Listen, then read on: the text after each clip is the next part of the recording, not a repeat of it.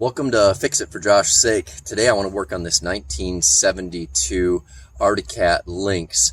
What I'm going to do is finish off what I started in a video previously, and that is work on this brake here.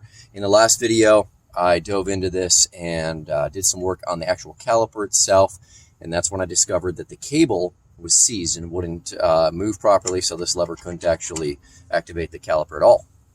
So I have since ordered a new cable, and I'm also going to make another upgrade or mod that I believe is going to make this brake system perform better. So come with me as we fix it for Josh's sake.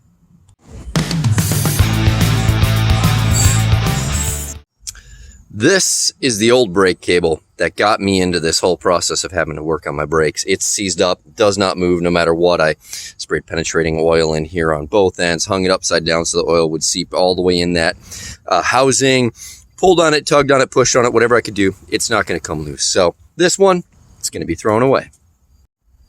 And this is the new one I ordered on eBay, and it finally arrived. I want to point out one main thing.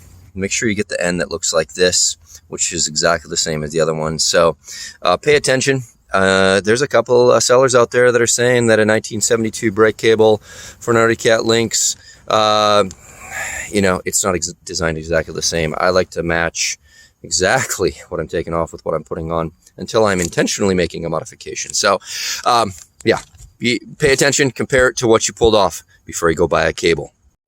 That brake cable is going to be run from this left handle through this nice little foam housing down into here. It's going to roll over, come over top of the belt, and then connect in right here. Now that we know the routing, I want to talk a little bit about the downfall of this design right here. See, there is no adjustment in this brake lever, and it's a crappy little plastic lever. God bless 70s Arctic Cats. I love them to death, but there is a bit of a weakness when it comes to the mechanical engineering of this design, because the only way we can adjust the brake tension is right here. We've got a set screw here that lets us adjust this tension here, and then we also have the nuts here, and we can move this housing in or out to tighten the cable.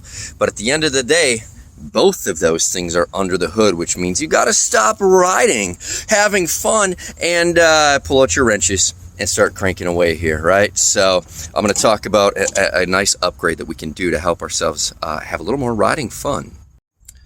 What I'm going to do to give myself a little bit more tunability on this brake cable is I'm going to put this Kawasaki KX250 clutch lever over here on this handle, and so this is going to go away. Pull that pin, get rid of this. Maybe I'll put the pin back in so that it looks pretty, but essentially right behind here I will be putting in my Kawasaki, like I said, KX250 clutch lever.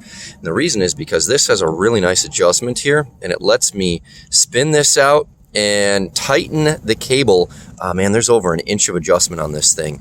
When you got big old mittens or gloves on or something like that, this is the cat's meow. No pun intended here on this Arctic Cat. But you don't have to go for this one exactly, and you don't have to do this at all. But if you're looking for a little bit of tunability and maybe a little bit of leverage increase on your brake cable, this is really nice. Another feature that I like about this one is that this hole is the right size for the brake cable we're dealing with here. So that's why I suggest a clutch lever. Some guys do put mountain bike brake levers on, which is fine too. This is just a little bit easier way to snug it in there. Okay, let's get to work here as we keep fixing this for Josh's sake. First thing I'm going to do to get started on putting a new cable in here is we're over here at the brake caliper under the hood. I'm going to grab my new cable, and looks like this. I backed this nut all the way to the top, and then I've got my cable here. What that does is it gives me the most amount of slack for right now. Not saying I need all that slack, but I don't know what's going to happen when I get up to the hand lever. So this goes in like that. That ball pulls in, and I'm just going to finger tight this now. So that sits like that. And then I'm going to route this up to the handlebar. I swear sometimes my brain blocks out the hard stuff just to make me go back and do the hard stuff anyway. But this spring right here needs to sit in this cable housing line right here. What it does is it pushes down on this lever. So I got to go ahead and take this back apart and push that in. It's a bit of a chore, so wish me luck. I'll try to show you the video on how I'm going to go about doing this. So I have the spring on here hooked in there, just like we talked about before.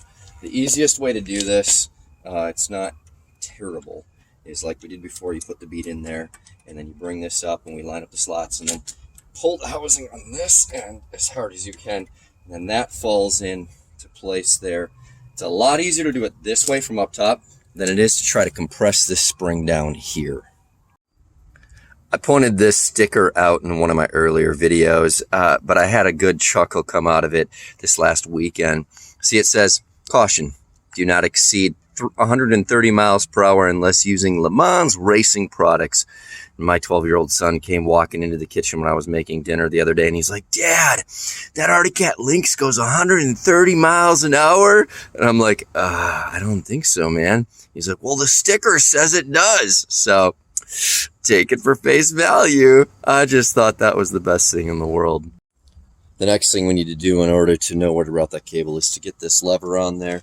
It's just 2 Allen screws here, and at this point I am just going to put them on finger tight because I kind of just want to see how that's going to set and get a feeling for how to adjust it.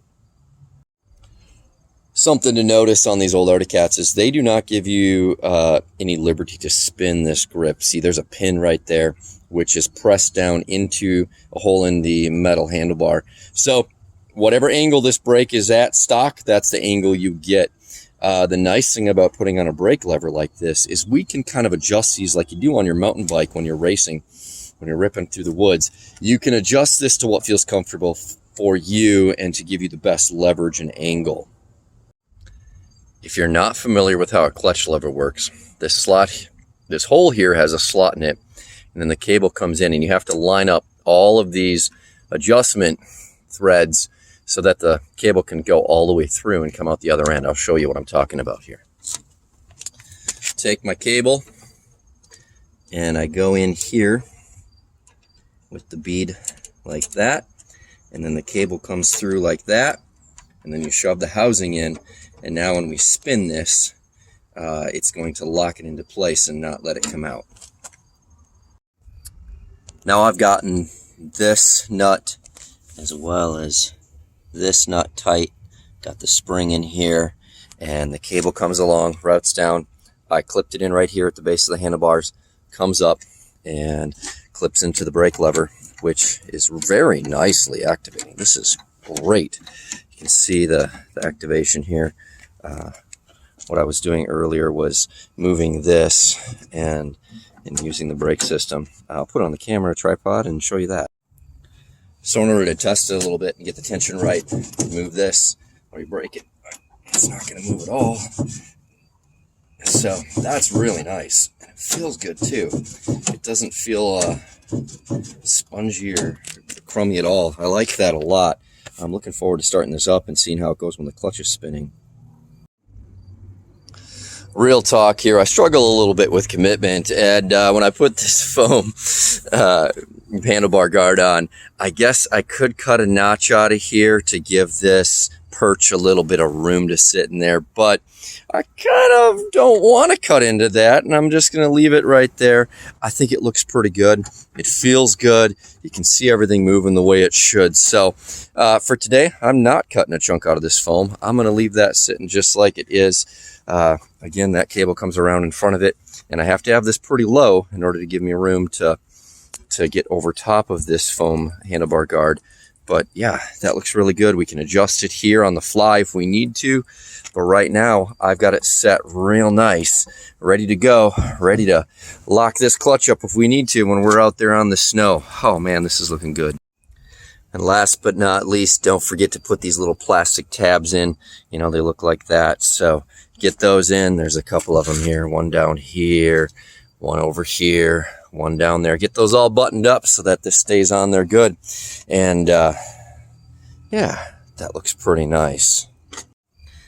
Well, thanks for coming along with me on this little project as I put in this new KX250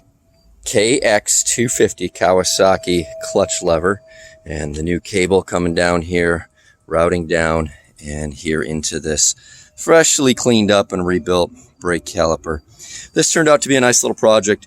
Thanks for watching as I fixed it for Josh's sake. And if you enjoyed what you watched, go ahead and give me a thumbs up, a like, share it with a friend.